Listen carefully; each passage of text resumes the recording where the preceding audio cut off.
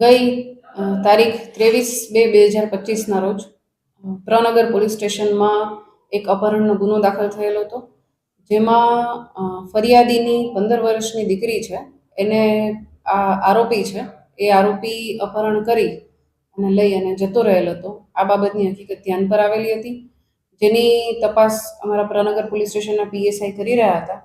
આ દરમિયાન માહિતી મળતા અને ટેકનિકલ સોર્સિસની મદદથી આ જે આરોપી છે એને શોધવા માટેના અમારા પ્રયત્નો ચાલુ હતા. દરમિયાન માહિતી મળતા આરોપી યુપી હોવાની જાણ થતા આ જે આરોપી છે એને અમારી પ્રનગર પોલીસ સ્ટેશનની ટીમ છે ઉત્તર પ્રદેશથી પકડી અને લાવેલી છે. એને અટક કરવામાં આવેલો છે અને એના વિરુદ્ધ કાર્યવાહી કરવામાં આવેલી છે. આરોપી કોણ છે ને કેવી રીતે સંપર્ક?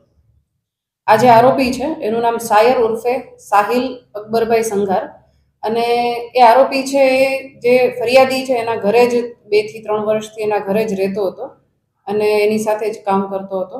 અને એ જ રીતે છેલ્લા 2 વર્ષથી આ ભોગ બનનાર છે એના સંપર્કમાં આવેલો અને છેલ્લે ગઈ તારીખ 22ના રોજ એ ભોગ બનનારને અપહરણ કરી અને લઈ ગયેલો હતો.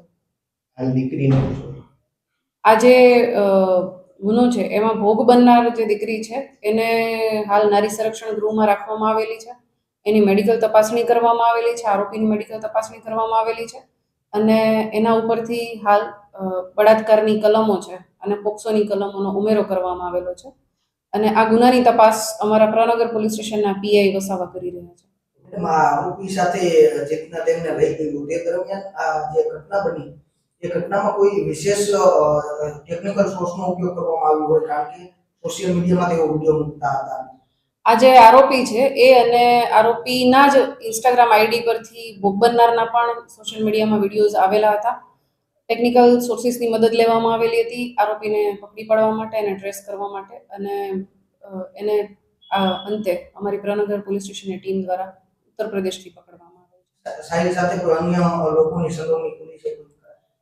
સાહિલને મદદ કરનાર અન્ય એક વ્યક્તિ છે જેની સંડોવણી ખુલી છે, એનું પણ ગુનામાં આરોપી તરીકે એને મદદગારીમાં લેવામાં આવેલો છે.